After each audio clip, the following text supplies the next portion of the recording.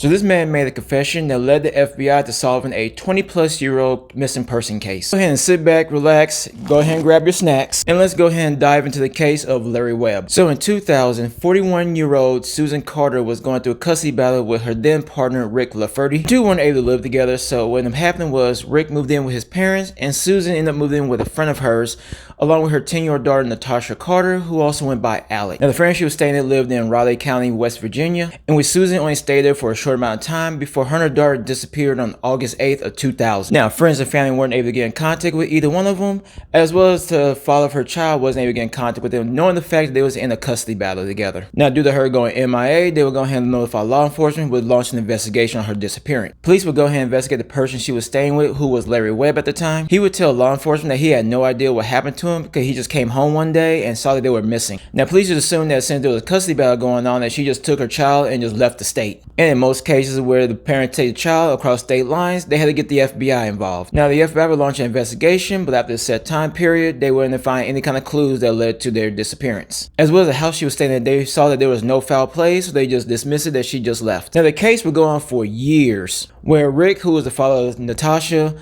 will go ahead and try to put flyers out, try to see if he can locate her, as well as try to talk to friends and family and bring her up in conversation to see if they had any news on their whereabouts. He would even state that there were times that he would drive around and try to see if he can find them, even look in ditches to make sure that their bodies weren't there. So the case remained a cold case for the next 20 years when it was reopened again back in 2020 by U.S. Marshals, who was looking into missing and exploited children. They came across the Susan Carter case, which piqued their interest. Due to the case being reopened and it piqued their interest, the U.S. Marshal would go ahead and kick the case over to the FBI, who would go ahead and re-question Larry Webb. So in early of 2023, the FBI would go ahead and question Larry Webb and ask him when was the last time he saw the pair, in which he responded that he does not remember because he has dementia, which I find it interesting because most people with dementia don't even remember they have dementia. Now the FBI would do a search of the home where they would go into the bedroom that Natasha was sleeping in, and among that search of the bedroom, they had found a bullet that was embedded in a wall right behind the headboard. They would go ahead and take the bullet and send it off to the lab, in which the lab had noticed there was some blood traces on there.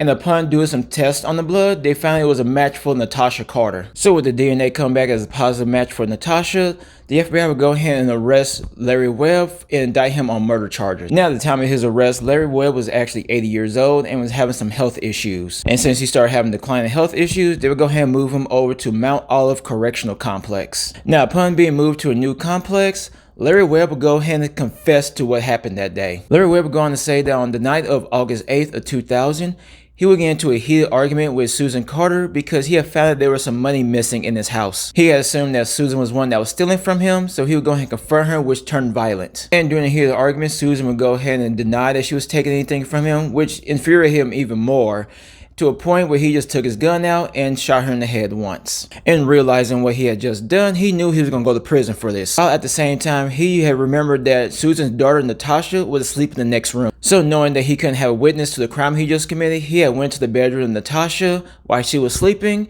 and shot her in the head as well too. Now Larry Webb would go on to say that he knew he had ruined his life once he shot both of them.